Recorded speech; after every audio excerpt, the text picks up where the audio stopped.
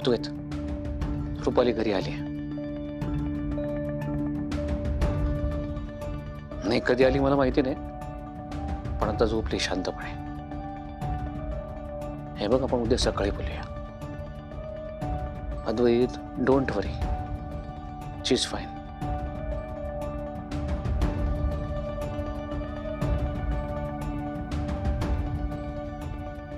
She is fine, unfortunately.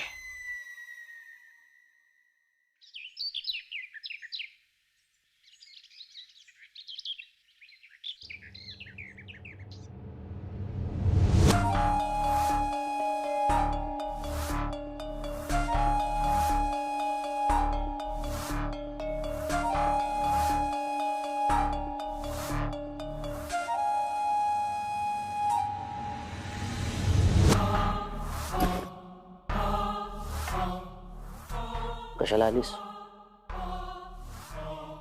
मला वाटलं तू हे तुझं तोंड घेऊन गेले असेल कुठेतरी, नाहीतरी तुझ्या हाती काहीच लागलं नाही म्हणून जीव दिला असेल.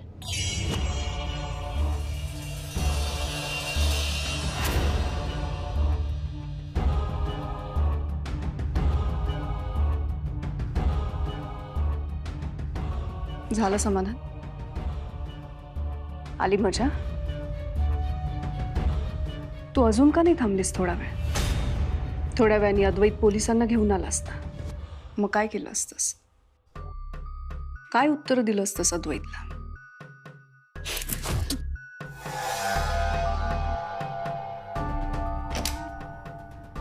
काकुमा, तुम्ही लिस्ट घेतली ना? हो, घेतली.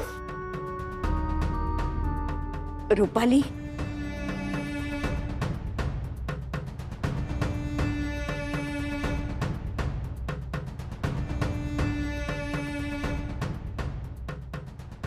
का अशी वागतेस? कुठे गेली होतीस तू? किती काळजी वाटत होती घरातल्या सगळ्यांना. तू कधी परत आलीस? सासू, मग कशा आहात तुम्ही? ठीक आहात ना? आम्ही सगळे खूप टेन्शन मध्ये होते. कधी आलात तुम्ही? उशीर झाला होता का? 12 वाजेपर्यंत तो आले नव्हते तुम्ही? हो, ती रात्री उशीर आली. आई,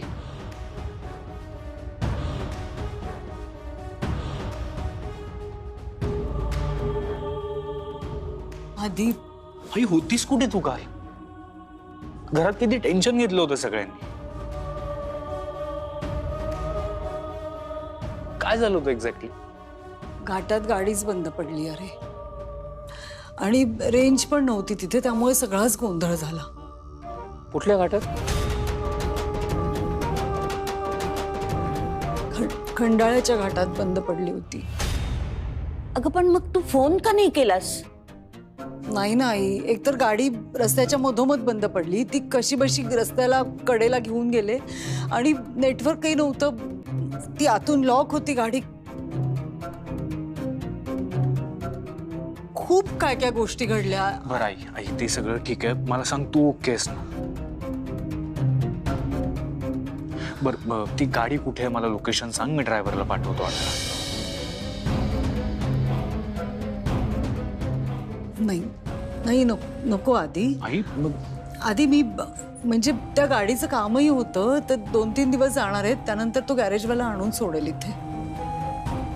बाईसाहेब, मग त्या गॅरेजवाल्याच्या फोनवरून तरी आम्हाला एक फोन करायचा ना? सुचत नाही ना, पण म्हणजे अशा वेळेला पटकन काय करायचं नाही सुचत. त्यात गाडी लॉक झाली होती, रेंज, सगळाच गोंधळ झाला होता ना, पंचायत झाली माझी. पण मग एवढ्या लांब गेला का होता तुम्ही? Exactly, that's my point.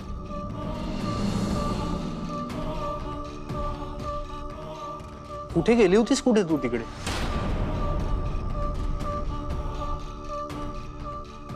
आधी त्या घाटात एक देऊळ आहे, माहिती आहे ना तुला?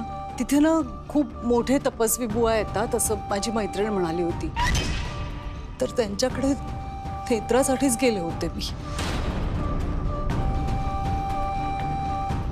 नाही, आता तुम्ही म्हणाल की काय गरज होती, कशाला गेलीस तू तिकडे, पण मला नेत्राची काळजी वाटते रे, खरंच सांगते आधी. आई,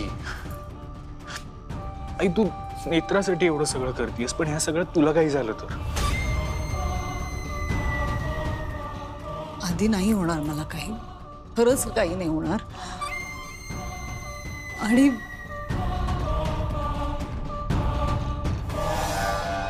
नेत्राची काळजी वाटते रे मला. तिच्यासाठी मी काहीही करू शकते आधी. आणि मला नाही होणार काही आधी.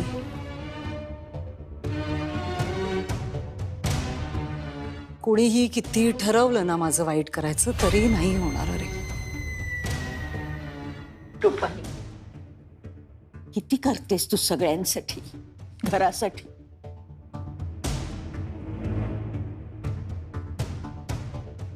सासूबाई,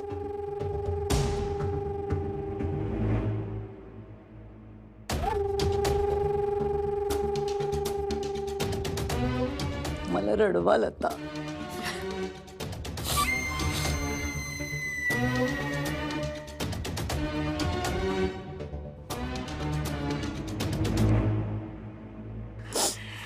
बरं आधी तू निघ, माझ्यामुळे तुमच्या कामावर परिणाम नको बाहेर.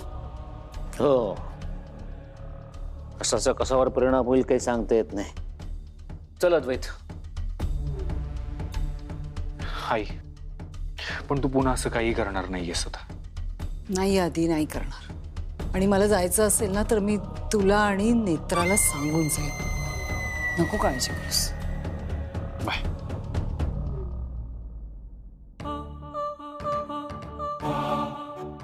वहिनी, बघितलंस ना तुझ्यामुळे घरातल्यांना किती त्रास झाला ते. त्यामुळे याच्या पुढे कुठेही जायचं असेल ना तर तू मला सांग, मी येईन तुझ्या बरोबर. म्हणजे तुझी हरकत नसेल तर. मी पण येईन आणि आपण सगळे लोणावळा जाऊया आणि फिरूया. फल्गुनी, आता आपण मार्केटमध्ये जाऊया. चला चला चला. आई, अजून काही आणायचं? नाही, लिस्ट मधल्या सगळ्या गोष्टी घेऊन या. बाय. रुपाली, तू पण आता विश्रांती घे.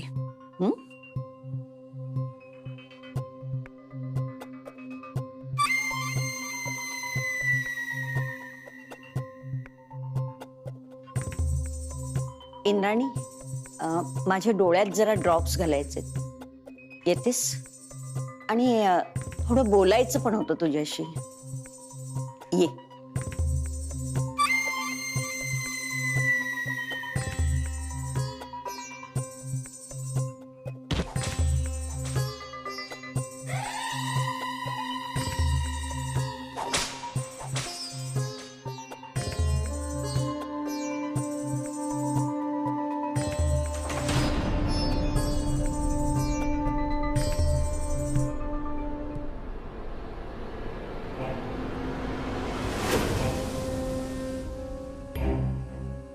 पूर्ण व्यवस्था केली होती ना मी या घरात येऊ नये म्हणून.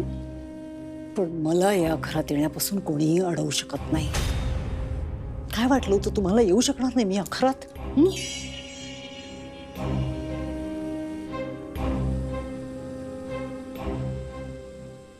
तुम्हाला परत येऊच द्यायचं नसतं तर आम्ही बरंच काही करू शकलो असतो.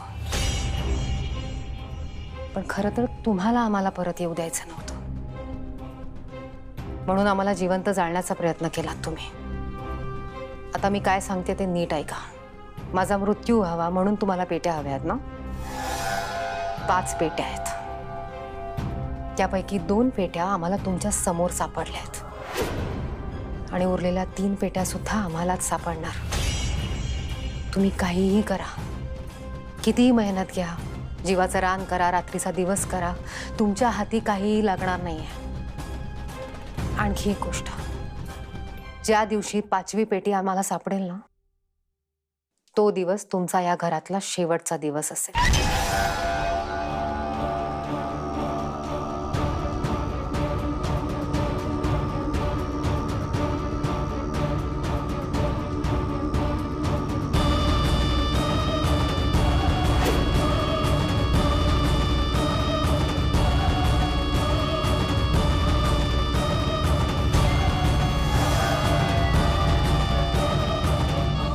थोडं बोलायचं होतं तुझ्याशी. बोलू? बोला की. तू माझ्या आयुष्यात येणं यामागे जे कारण आहे ना ते माझ्या लक्षात आलंय. म्हणजे तू यांचा जीव घेतलास आणि तू स्वतः केलेला गुन्हा कबूल केलास आणि तरीही मला तुला शिक्षा द्यावीशी वाटली नाही. तुझ्यावर झालेला अन्याय खरंच खूप मोठा होता, पण तरीही सगळं विसरून तू या घरात राहायला तयार झालीस आणि आता तर या घरातलीच एक होऊन गेलीस. अद्वैत नेत्रा तुला आत्या म्हणतात. शेखरने तुला मनापासून बहीण मानली. ह्या सगळ्या नात्यांमध्ये तुला आणि मला आणखी एक नातं मिळू शकतं. तू मला आई म्हणशील.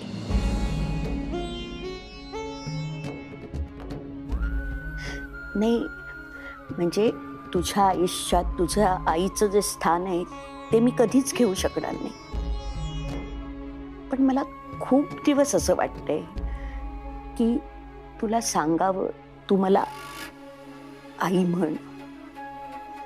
नाही म्हणजे तुझ्या आई एवढं मी तुला प्रेम नाही देऊ शकणार, पण आईच्या मायेची ऊब देण्याचा नक्कीच प्रयत्न करेन. म्हणशील मला आई?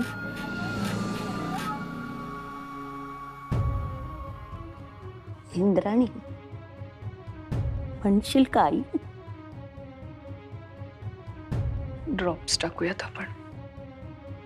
ठीक आहे.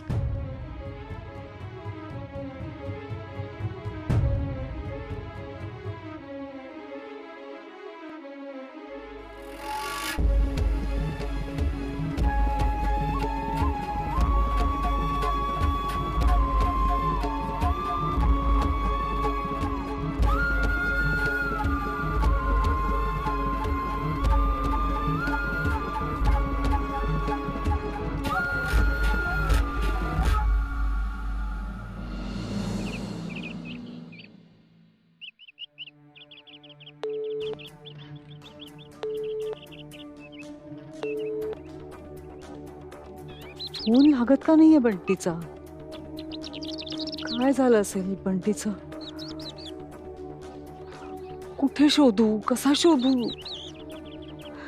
नाही पण आधी बाबूशीला जाऊन गाडी ताब्यात घ्यायला हवी.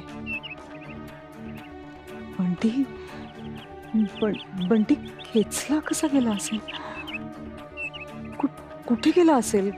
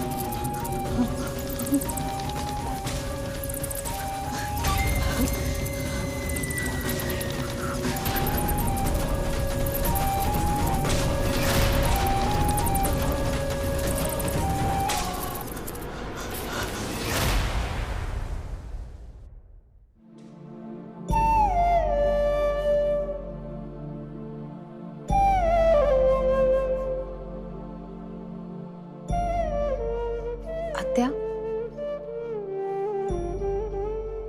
मनोरमा आजीची आठवण येते.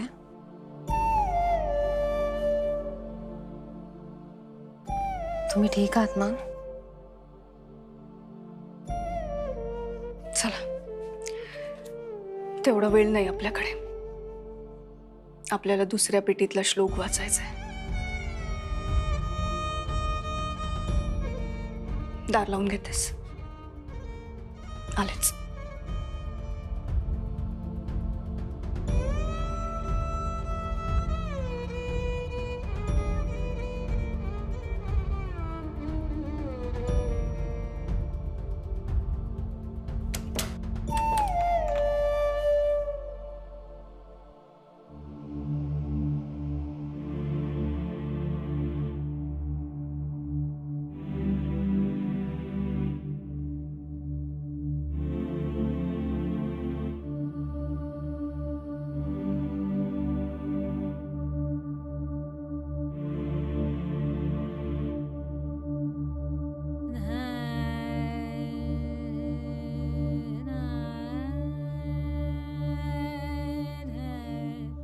जरी रामराया तो नायक धरेचा, धरा तोलतो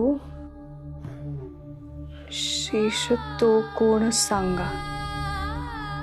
अनुज लक्ष्मणागत नसे कोण दुसरा, सखा मारुती जास भय काय सांगा.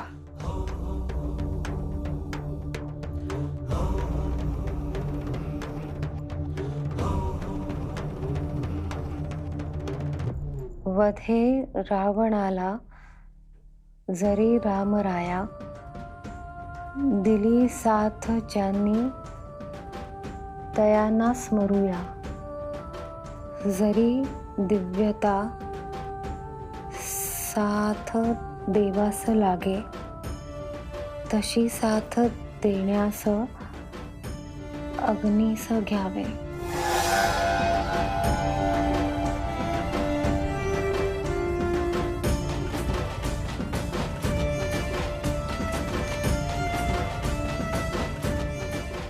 जलाची परीक्षा जरी काळ घेई, इथे तत्व अग्नीच कामास येई.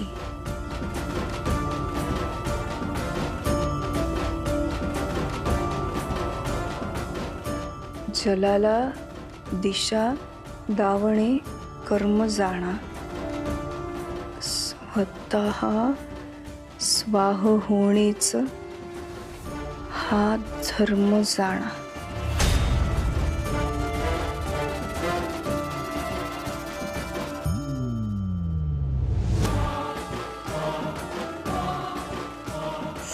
समय ठाकता तो विरोचक वधाचा, स्वये त्यागुनी देह घ्यावा जलाचा.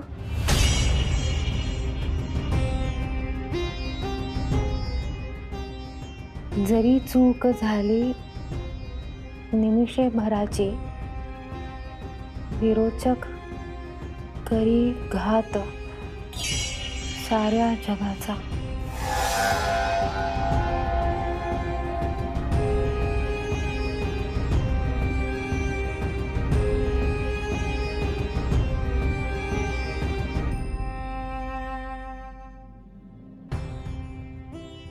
असे दिव्य हे पान ज्वालेस अर्पण, इथे काळतो मागत आहे समर्पण.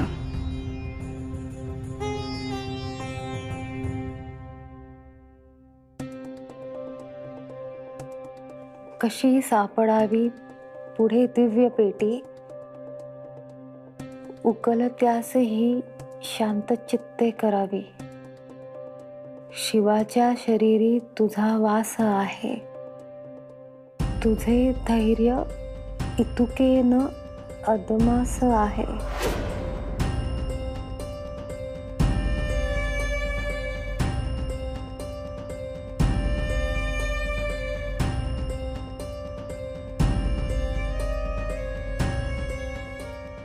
तुझा स्पर्श शीतल, तुझ धरणे न सोपे.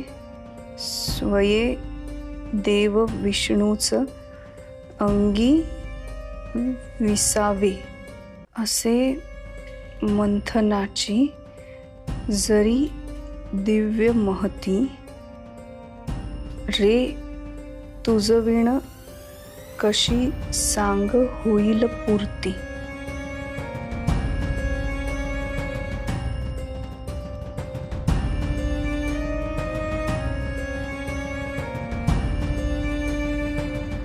तुझे स्थान विसवेस वाटेस लागे, कधीचीच पेटी तिथे तिथेची विराजे, जयाची प्रतीक्षा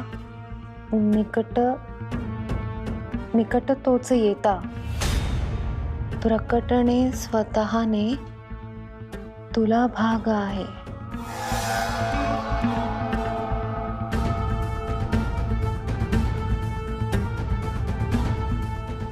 इथे द्वितीय पीठिका महिमा समाप्त.